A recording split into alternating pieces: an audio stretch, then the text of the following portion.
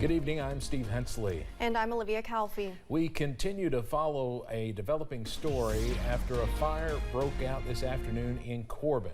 Crews arrived at Bolton Towing, which is behind the pilot off exit 29 at approximately 2:30. As far as we know, there are no injuries reported. The cause of the fire has yet to be determined at this time.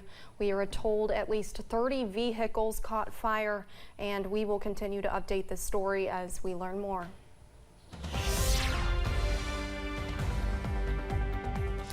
Well, as we look ahead toward tomorrow, it is a first alert weather day throughout the region. You see that here. As we look at the situation, we do have a level 2 slight risk for severe weather in place as we head through the day tomorrow. The tornado threat rather low. The large hail threat also rather low. But the big threat is going to be the wind and the hail as we head into the wind and the flooding, I should say, as we head into the day tomorrow. Overall, it's a medium threat. It's not off the charts. It's a typical kind of May-like threat. The flooding and the wind are going to be our big threats. We have them overall in the medium category. The risk for tornadoes is low, never zero, and same thing with the large hail tomorrow, especially if we get some of those discrete supercells, as we call them. Some downpours into portions of southwest Virginia, as well into portions of Claiborne County in Tennessee. We'll see those temperatures vary as we head through the region into the low to mid 80s across the Cumberland Valley and into the upper 60s as we head into the Big Sandy, where they've seen more clouds. There you see some sunshine there along Slade, or along the Mountain Parkway at Slade. Through this evening, we'll see some breaks in the clouds, temperatures in the 60s. I'll have the latest, though, on that first alert weather day as we head later on in this newscast. Steve? All right. Thank you, Evan. State Representative Layman Swann of the Lexington area died yesterday after suffering a brief illness. The 45-year-old was born with cerebral palsy. Garrett Weimer and photojournalist Darnell Crenshaw spoke to advocates of the disabled community who say the man who represented the 93rd Legislative District in a wheelchair was an inspiration to many, saying he was able to use his disability as an asset. Individuals with cerebral palsy may be physically disabled, but they typically have better than average minds and intelligence. Judy Girding is the president of the Point Arc. It's an organization that helps people with intellectual developmental disabilities reach their highest potential. She says Representative Swann's physical inability may have been a plus, putting his ability in other areas. And he's determined to carry through on whatever he takes on as a challenge. We need more individuals like Representative Swann who demonstrate the capacity of people with disabilities to serve in leadership roles. Harold Kleinert is the former executive director of the Human Development Institute at UK.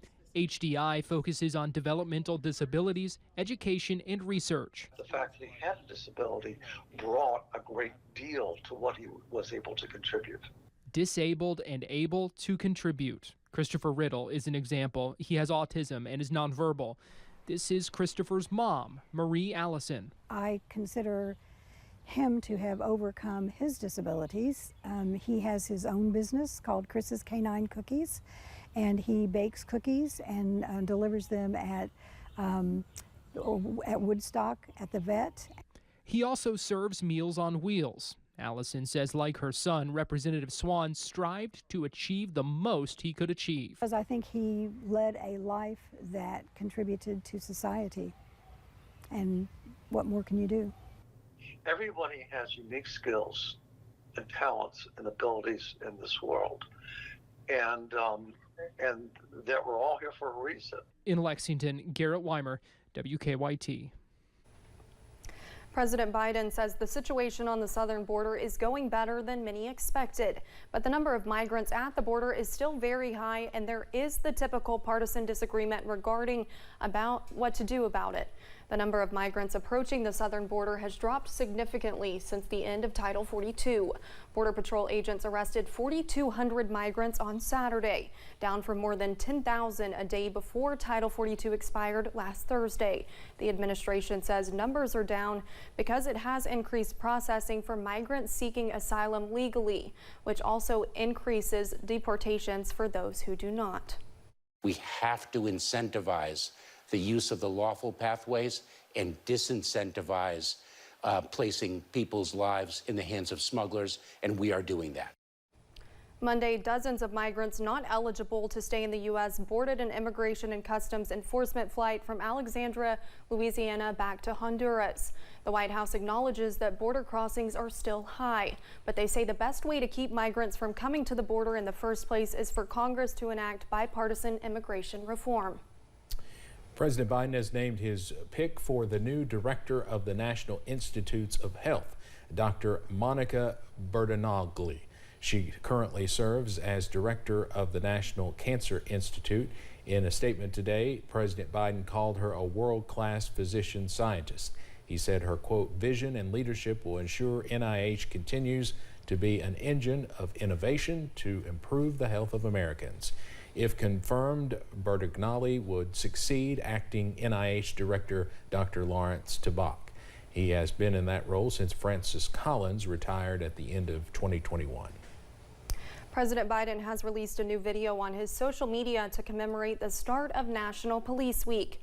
It is meant to honor law enforcement officers on the job every day, as well as those lost in the line of duty.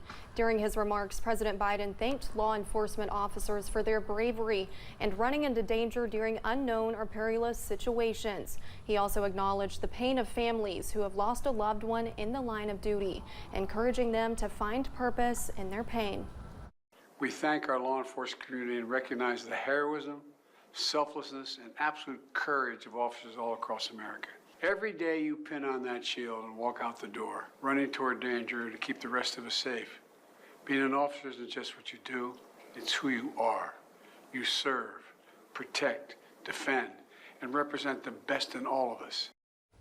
The president also touted his administration's work to help law enforcement officers, saying the answer is not to defund the police, but to provide them with the resources and training to be the partners and protectors of the communities they need to be. Time is running out for Congress to nail down debt ceiling legislation before the June 1st deadline.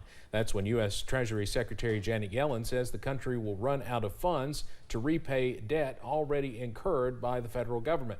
CNN's Ivan Rodriguez has more on what this means for the country and families. Washington's window to raise the debt ceiling is narrowing, as the U.S. is just over 2 weeks away from potential default if an agreement isn't reached. If Congress failed to raise the debt limit by the time we default, we would go into a recession and be catastrophic. Weekend staff-level talks between Capitol Hill and the White House were productive, according to sources familiar with the talks. But as President Joe Biden may be preparing to meet with top congressional leadership Tuesday, the way forward appears unclear. I think we'll be able to do it. It doesn't seem to me yet that they want it. A U.S. financial crisis could unleash chaos around the world and impact millions of Americans. Defaulting on our debt isn't only about financial markets, it's about paying our Social Security recipients, it's about paying our troops, it's about paying the men and women who are working the border today. Bankrate's Greg McBride says the uncertainty alone is enough to wreak havoc on family finances. It doesn't take more than just a brief disruption to create a hole that households may take months, if not years, to dig out. This as Americans are already contending with record household debt, more than $17 trillion worth, according to a new report from the Federal Reserve Bank of New York. The more money that households are putting into debt payments, that's less money that's available for discretionary spending, which is a headwind to the economy. But McBride says there are two key ways to protect yourself as economic conditions grow less stable. Paying down debt and boosting your emergency savings. Focus on high-cost debt like credit cards. I'm Ivan Rodriguez reporting. Well, even though the government has until June 1st to raise the debt limit, there are only 4 days in this session on Capitol Hill between now and then, which means negotiators must come up with a plan this week that both chambers and the president can agree to.